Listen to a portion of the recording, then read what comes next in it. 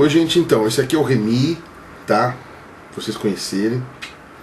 Ele tá passando uns dias aqui comigo, tá? Ele é de uma pessoa muito querida, tá? Eu meio que ajudei a criar ele também, então ela foi viajar e eu tô aqui tomando conta dele.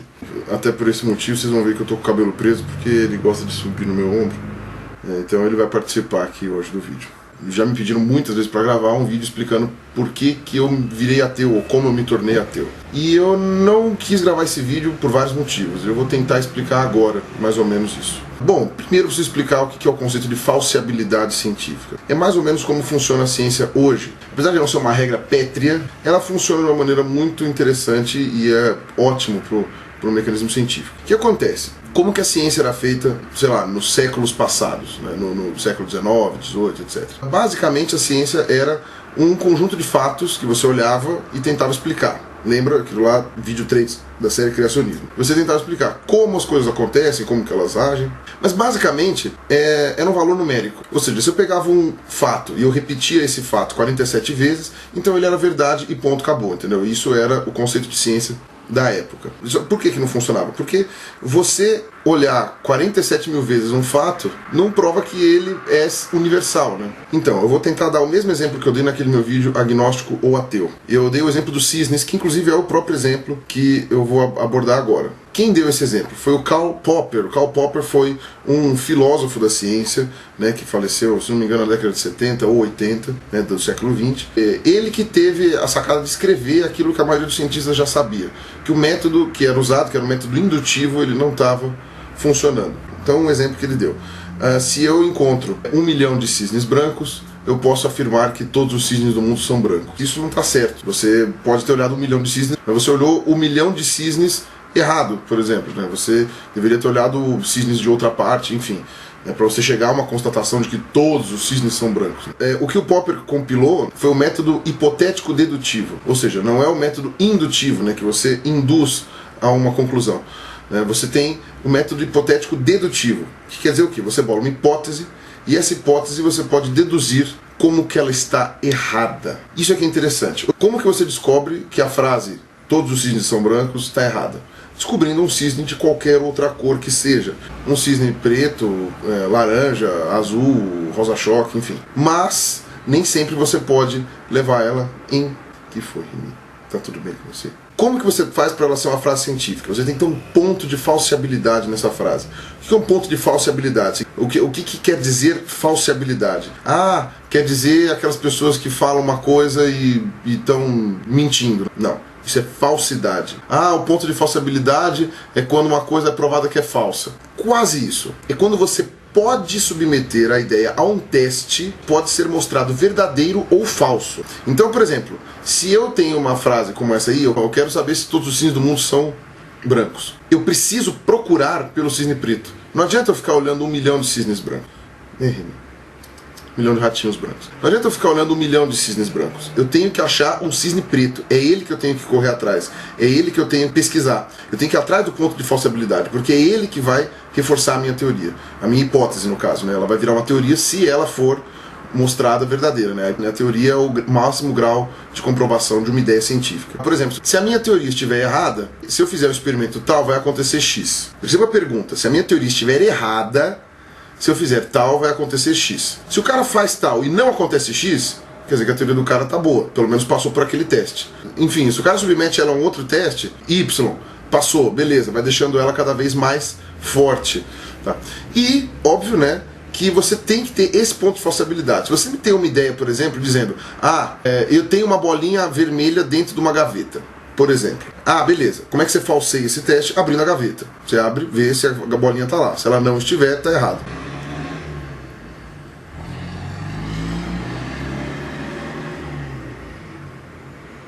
E se você falar que a bolinha é invisível?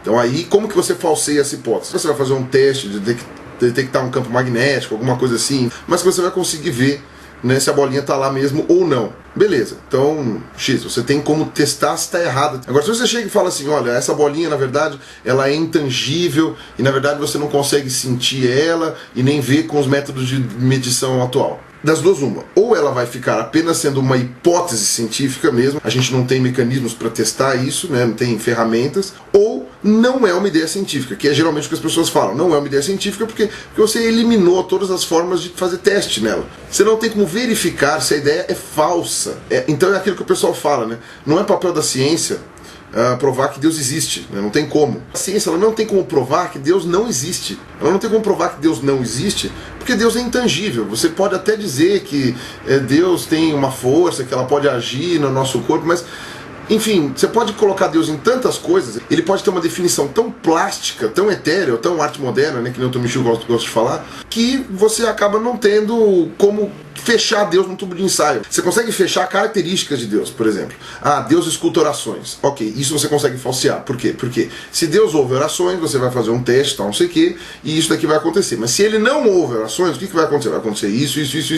Ou seja, você testa, né, como que a sua ideia pode estar errada.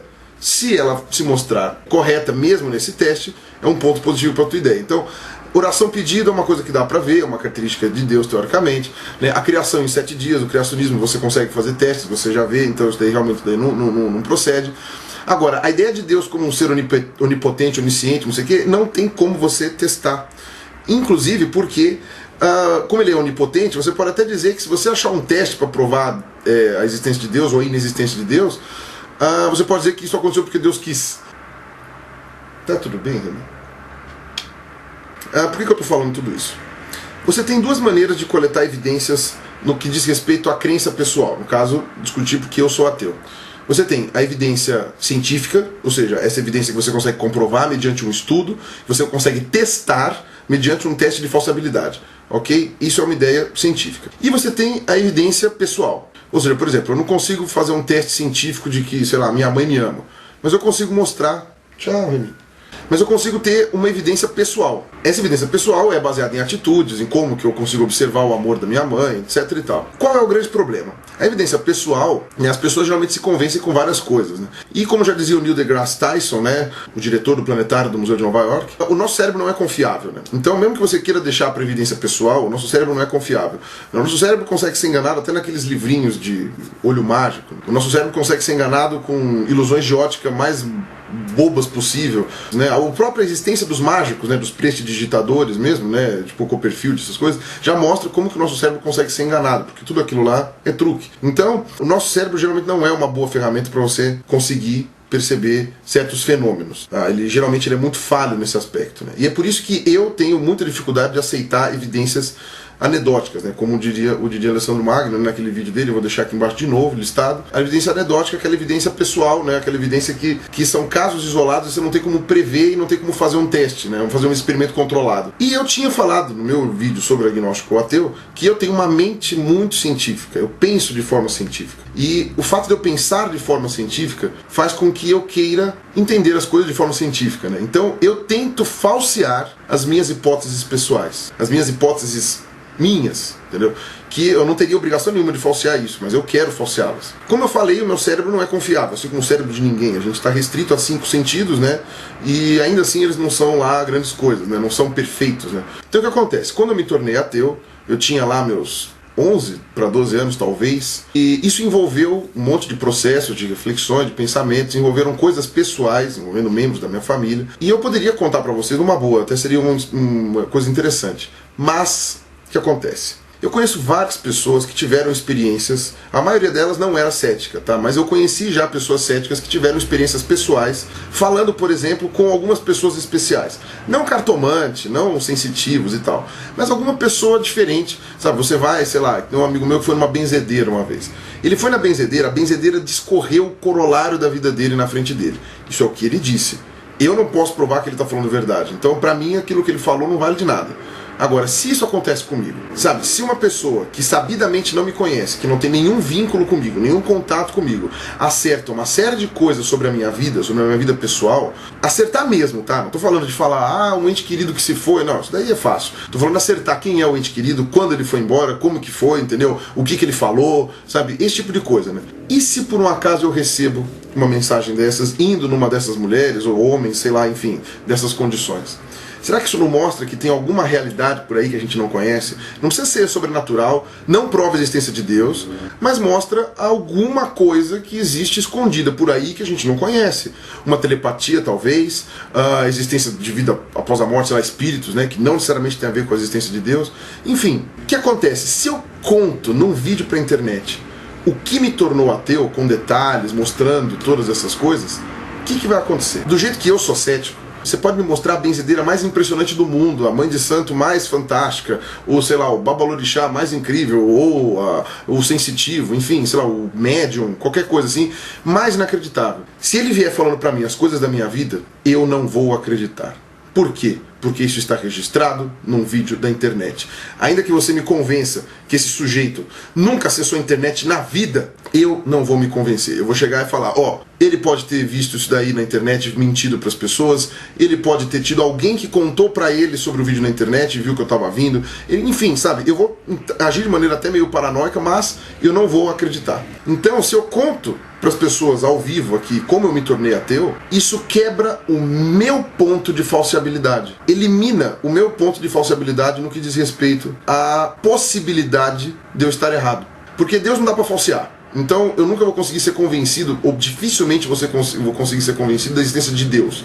Mas eu posso ser convencido de evidências que possam aparecer por aí. Essas evidências podem ou não ser evidências da existência de Deus, mas enfim, que seja N hipóteses, né, ou N probabilidades. A existência de um fato que eu desconheço vale para mim. Mas para isso eu tenho que contornar o que eu digo que é o meu cérebro falho, é a minha realidade falha, que são os meus olhos que não são perfeitos, a minha audição que não é perfeita, a minha percepção de ideias que pode ser sugestionável. Então eu preciso estar limpo disso. Se eu conto para vocês por que eu me tornei ateu, e isso implica em contar alguns pontos particulares da minha vida, e não é nada de especial, sabe? Não é nada para vocês falarem, meu Deus, o que será que aconteceu com o Pirula? Não, nada, não aconteceu nada demais. Mas é que são coisas que eu me convenceria caso eu ouvisse de alguém que nunca me viu, ou nunca ouviu falar de mim, ou não sabe como é que é a minha vida. Então, nesse ponto, eu quero manter o meu ponto de falseabilidade. Tá? Esse é um direito que eu tenho. Eu quero ter o direito de poder provar que eu estou errado. Então, é nesse sentido que eu não vou contar pra ninguém porque eu me tornei ateu. Quer dizer, meus amigos pessoais sabem, o pessoal da minha família sabe, mas pra ninguém assim, ou em uma rede ampla, né? Porque eu vou saber quantas pessoas assistem meus vídeos, né? Vai saber, né? Então é mais ou menos isso. Um abraço pra vocês, falou!